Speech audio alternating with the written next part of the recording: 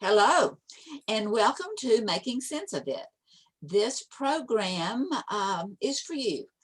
It is our gift to you from the Glasser Institute for Choice Theory, and it helps us to understand why we do the things we do.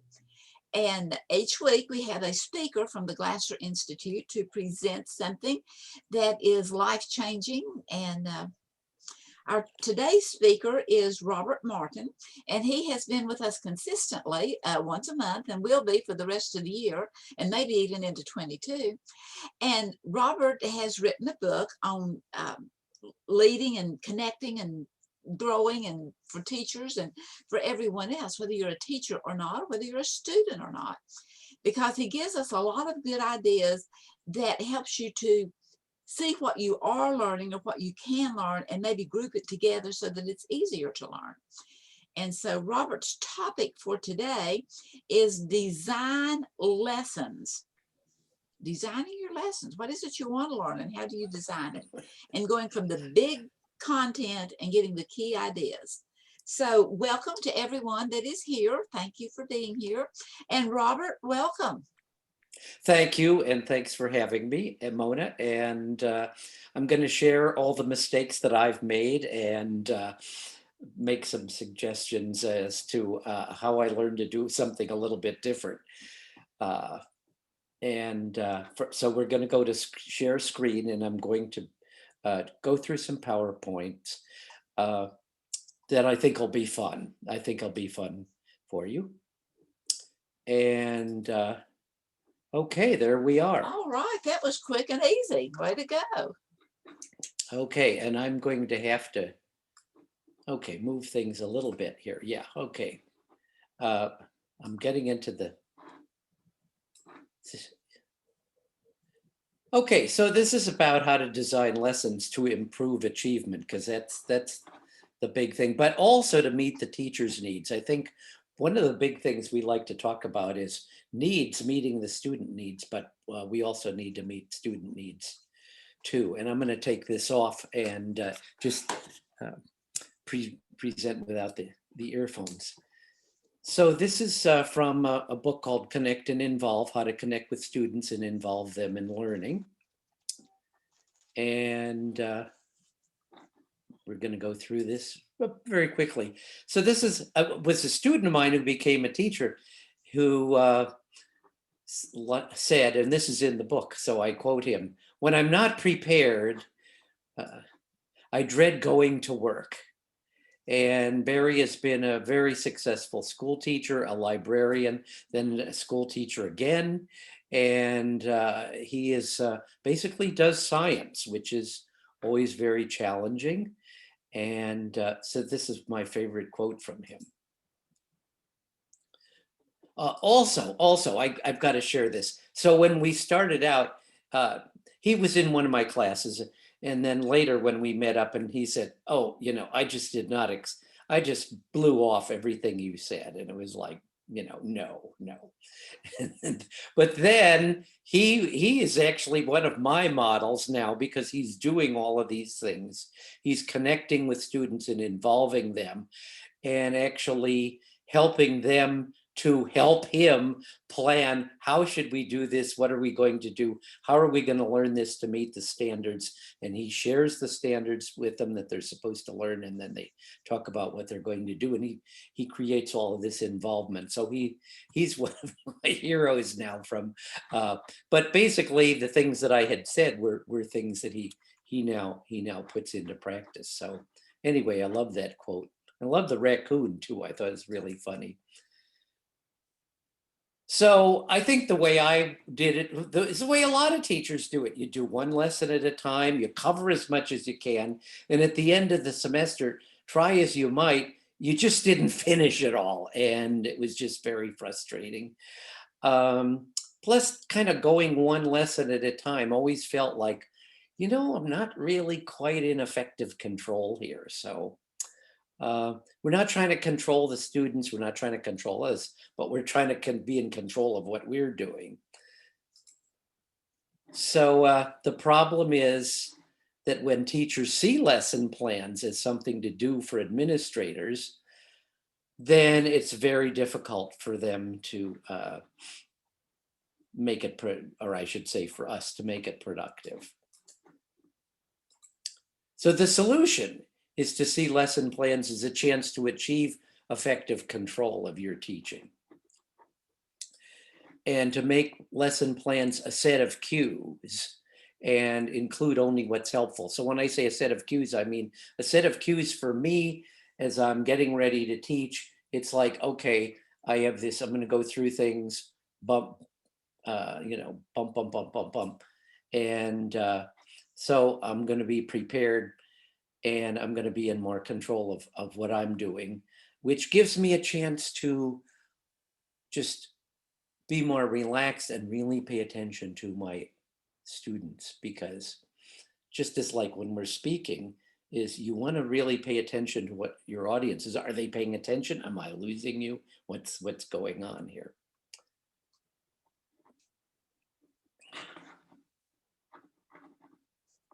So what we want to do is create a little magic. So let's go back to this previous, I seem to have got the slides out of here, out of sync. That's okay. So what we want to do is to, here. Yeah, okay. Create a little magic by inverting the pyramid, which is the pyramid of what I showed you before. And so instead of what I suggested, instead we want to go, we want to start off with a big picture of what we're going to do for the year. That's what I covered in my last presentation, talks, things that I shared a month ago, to working on weekly plans and individual lesson plans. So the first thing to keep in mind is students learn what they do, not what the teacher does. And so what we need to think about is, what am I having the students do here? And then to use plans to focus on what the big ideas and the key skills are, so that you're involving the students. So it's an opportunity to design a set of cues for yourself as a teacher that are going to keep you on track. And then to use the amount of detail that you need, not what you think. In other words, there's no shoulds here. Well, it should have this amount of detail. Some people need a lot of detail. Other people, especially if you've done something over and over, you only need a very small amount of things, a few words. So you're doing this to suit yourself and how it's going to help you. So I'm going to go through a series of hacks. So the first thing, and this is what I talked about last month, was identifying the big idea and the key skill for each lesson that you want to do.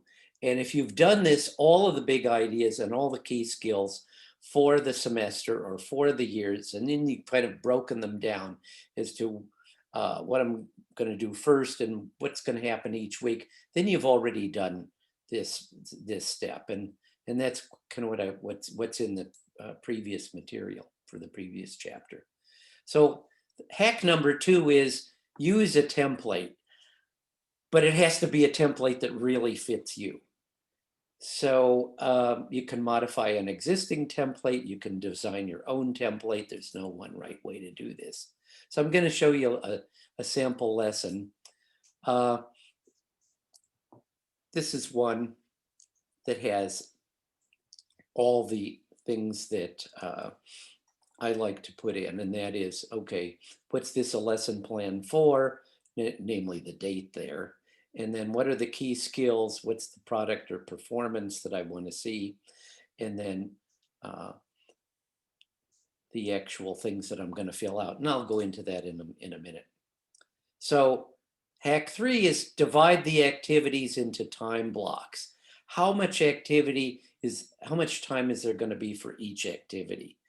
So this means that you have to do really planning out how long is each thing is going to take, and because you want to move things along and you want to keep the students busy. I mean, not in busy, but you want to keep them working. Time on task is really the important idea here. So the basic template, no matter what it is going to have the activities, and then the amount of time for each activity. And you could use, so, and I used to use a little timer. So here's an example of this. So the clock time, and I would actually put this in for myself because I'm a person who, if I don't have the the right amount of detail as time, then I get confused because I'm kind of a big picture guy and I need to plan out the details. Then how much is the time block going to be? Well, 5 minutes. And each of these things is going to be 5 minutes. And then I'm going to have, well, what's the activity? And then what's the material and the comment? Now, the activity might be maybe I'm presenting, and that might actually be, I try not to present more than 10 minutes at a time. And I learned this by actually presenting to adults because not kindergartners, but adults, because I was doing some work for Purdue University and I was going out to work with online supervisors. And the guy who was in charge of all of the uh, extension work for Purdue University said, well, talk to him, tell him what you want to tell him for 10 minutes and then give him something to do. And it was like, oh yeah, that's really good. So I planned things out from that point on. And um, I thought, well, gee, if I can do this for adults and it works for adults, it'll certainly work for kids, and it does. So here's an example that may not have anything to do with a particular teacher, but it's just something that I think is so the first thing is 5 minutes. Students generate 3 ideas for a story. And okay, my comments are have the students take out notebooks. It's really a good idea to have people start out by doing what they're gonna, when you give them all the instructions and then say, okay, now take out your notebooks. Yeah, that's already too late because then there's a lot of fussing around. It's better to have them do the fussing at the beginning and get ready. And then it's like, okay, now I'm going to tell you what we're going to do. Then they do it. And you walk around and you see, are they doing it? And it's like, you see if they're having trouble. So that you're really involved. You're not at the head of the classroom. You're kind of moving around, seeing what's happening. And then at the end of 5 minutes, or the end of 4 minutes, you say, okay, we got 1 minute left. And if you see it's three minutes and they're done, it's like that you don't give them 5 minutes. You say, okay, we're going to go on to the next thing. Now we're going to share the ideas. So you're going to pick a partner, somebody, the person next to you, and you're going to share with them. And why are you going to do that? Because you want to get them involved, because the next thing you're going to do is have the students write down the idea and describe the story. Well, students of all ages, including adults, really get stuck at that point. So if they share with the partner what they're going to write about, and they don't even know they're going to write about it yet, and you say, share with your ideas with the partner. And what are the 3 stories that you're going to tell? It's like, now I want you to pick one of those and write down your idea, and I'll give you a few minutes to do that. Now they're prepared, and because they've talked about it. Conversation is so important, and that's kind of an idea that I've really stressed here, that we all tend to think as teachers, I have so much to cover, I don't have time to have students have a conversation. Well, if it's totally integrated into what it is that you're um, that they're going to learn, what the big ideas and what the key skills they're going to be practicing. And so I'm assuming that the ideas that I've presented here are tying in with the key skills for that day. Then you do have time to do this because it's only a few minutes and it's time on task. So how do you do this yourself? Well, I've seen schools, because I would go around and visit schools and also go to conferences and so on.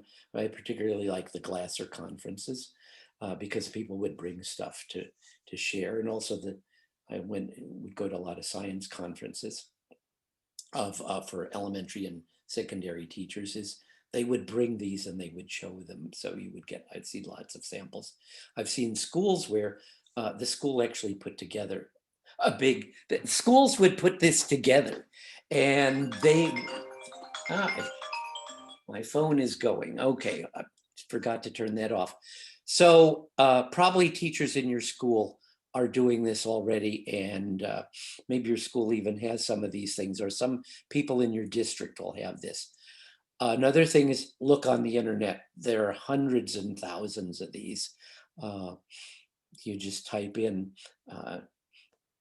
templates for teaching math, or templates for teaching science or reading, or whatever it happened to be. And then you modify whatever you come up with to fit what you want, and you try them out. They don't have to be perfect the first time. I think that's a really important point. So the big thing that I've tried to stress all through this is make it easy on yourself. Begin with what you already know. Go for the low-hanging fruits. So number 5 is, if the lessons allow, and most of the time they do, plan a whole week at a time. And by the way, you don't always have to write everything out. You can make it more simple than I did, but I really like the template because then I could go back and I could save these, and I could look at them next time I had a book of these that I could use. Okay, the one thing that's good is have a plan B. If something goes wrong and you finish too early, or you go over your time, then how are you going to handle that? You don't need a big plan for it, but you just need to have an idea of like, oh, if I finish early, well, what am I going to go on to next? Or what can I do? Then you go in, you execute, you teach what you've done, and then you immediately try to notice. This is the idea of the reflective practitioner, which I'm a big believer in. What could I change for next time to make this go better? And if you've done all this so that you've really paid attention, you've really gone around the class, you saw what was going on, you kind of listened in on how people were sharing, you'll have some ideas. And then you go in, make those changes on the sheet itself while you still remember. Don't be fancy, cross it out, write over, add it in, whatever. And then you're ready for the next semester or the next year, whenever you're going to teach the same things. A lot of times there were things that maybe I only taught once a year. So then I would have these. And that's why, for me, I didn't usually do these on computer. Some people would like to do these on computer. I do most things on computer, but these, I just liked to do it with pen and paper or pencil, but you can do the same thing. Now, if you say, oh yeah, that's a great idea, but I'm teaching a bunch of different courses here. I'm teaching a bunch of different kinds of lessons because I'm doing all of the, I'm teaching 3rd grade. I have all the lessons. Or you could say, well, I'm teaching high school and I have a bunch of different preparations. Well, just do one. Do one for a semester. You want to make it possible for you to really do this. If you do that, that small change that you make to just do this a few minutes on Sunday or whatever, those will really accumulate, and the future lesson sets will benefit from what you do. You don't have to do everything once. You don't have to commit yourself to changing everything at once. You want to make this easy on yourself and reasonable. So, and then whatever you do, modify it to fit your situations, because the principles are valid for teachers K through 12 and beyond. I use these to develop workshops for these same ideas for teachers and for teachers of teachers, because I was involved in teacher preparation. do what gives you control of the situation. And that's really going to help you. And then do what allows you to improve. Okay, so summing up. So treat lesson plans as a set of teacher cues for yourself. This is an opportunity to build on students' needs and on the students' prior knowledge, which is why it's so important to get to know the students. Early on, we talked about basic needs. This is such a key idea in Glasser.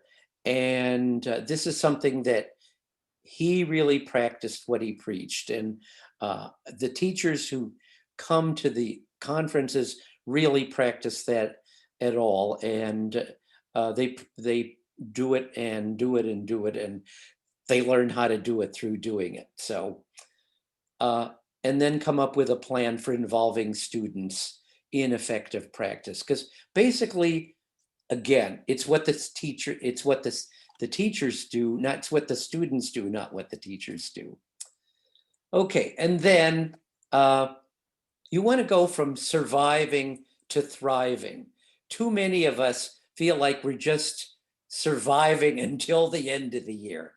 And so the idea here is change one class or one subject per semester because it's doable, manageable, and measurable, and the benefits are gonna line up, or they're gonna come out. So by planning your teaching and then revising what you're doing, you're becoming a reflective practitioner and you become a master teacher. Gee, even at the end of my career, after 38 years of teaching, I was still doing this and felt like I was improving because I was really looking at what I had done before and trying to figure out how can I do this better.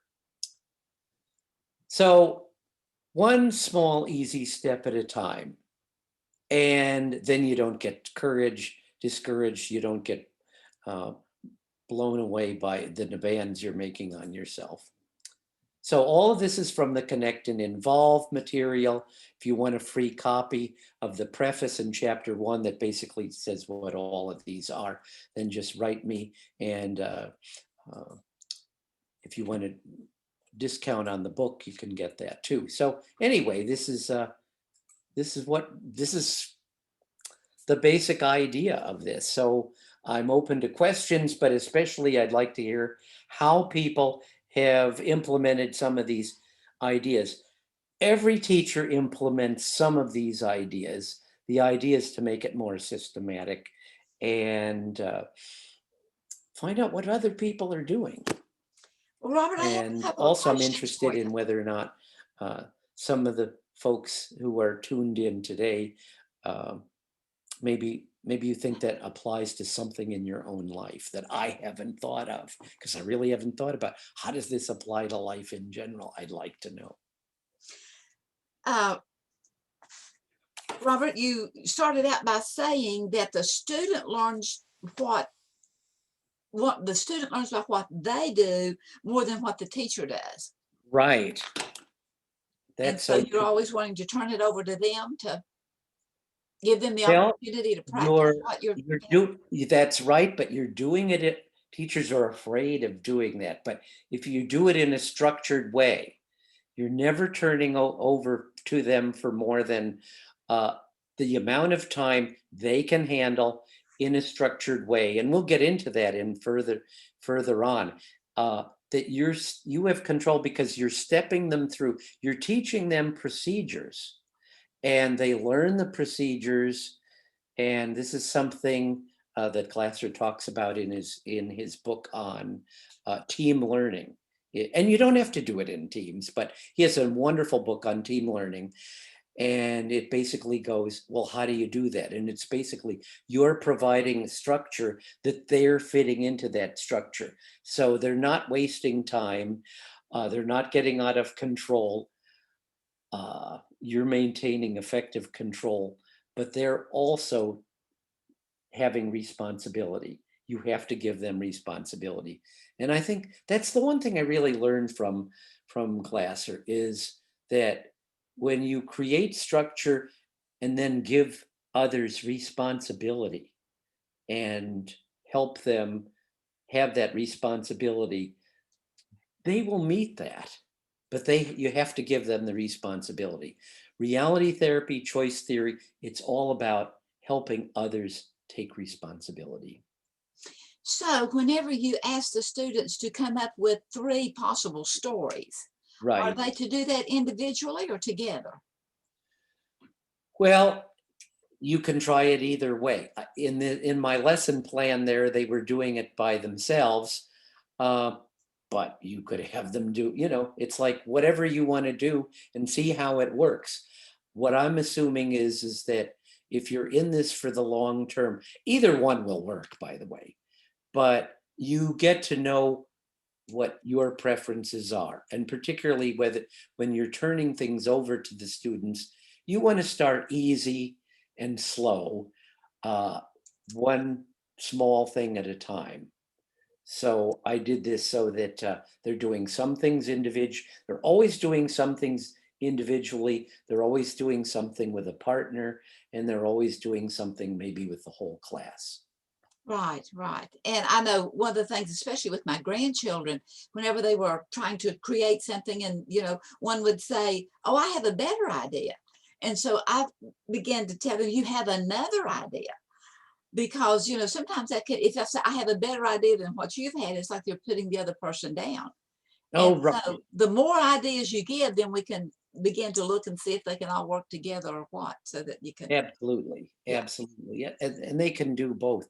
I was just visiting with a teacher who's now retired, but um, every teacher in this particular school was involved, and this was this particular school was a like K through 6, but they also did this for the whole school district. Every school in the district was involved in uh, learning to use computers and could do computer presentations, their own presentation.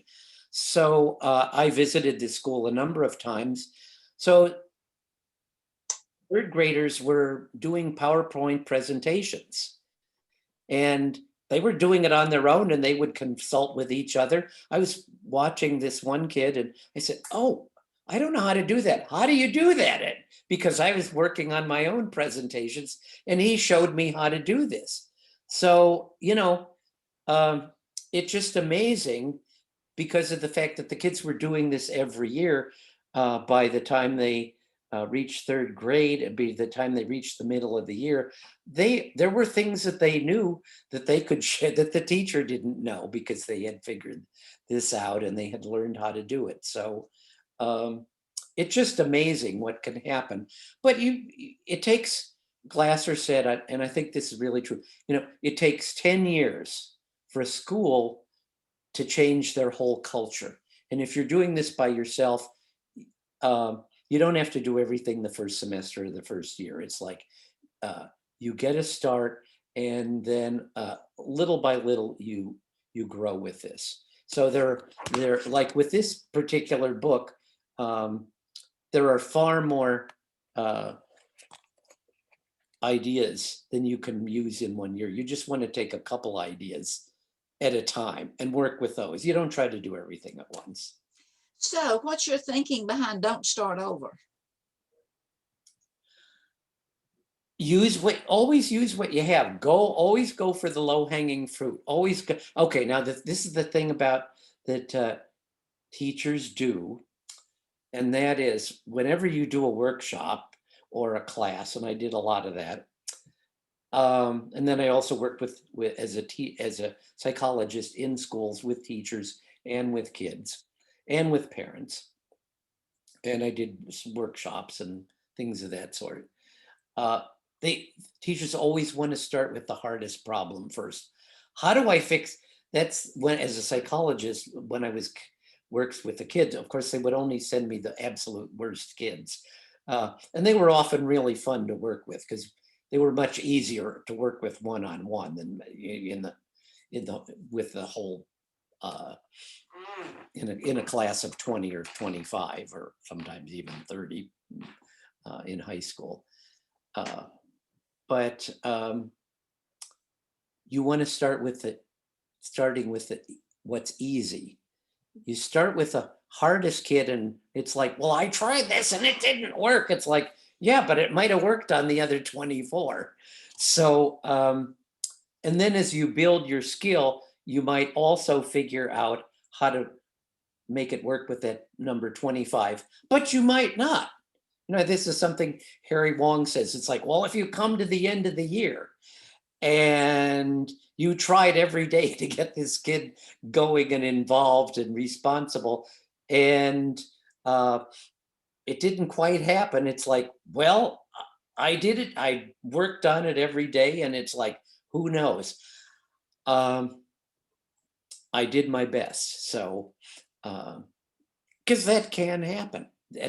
So, but if you take that attitude, then it'll start to work, particularly if you're getting to know, if you're connecting with the students and you're involving them. That's the key thing. I took the idea, I think the idea of connect and involve from the book was Glasser's key message: connect with students and get them involved and get them to take responsibility, which you can't make them take responsibility. You can only let them take responsibility. Let them, that's good, of their own free will. Huh? And Maybe so all of those things Karen bring, or Sue would have something to, I'd love to hear any comments or questions you have. and so then that brings us down to your small change accumulates. Well, thank everyone for being here, and we're going to stop the recording and be back again, and good mental health.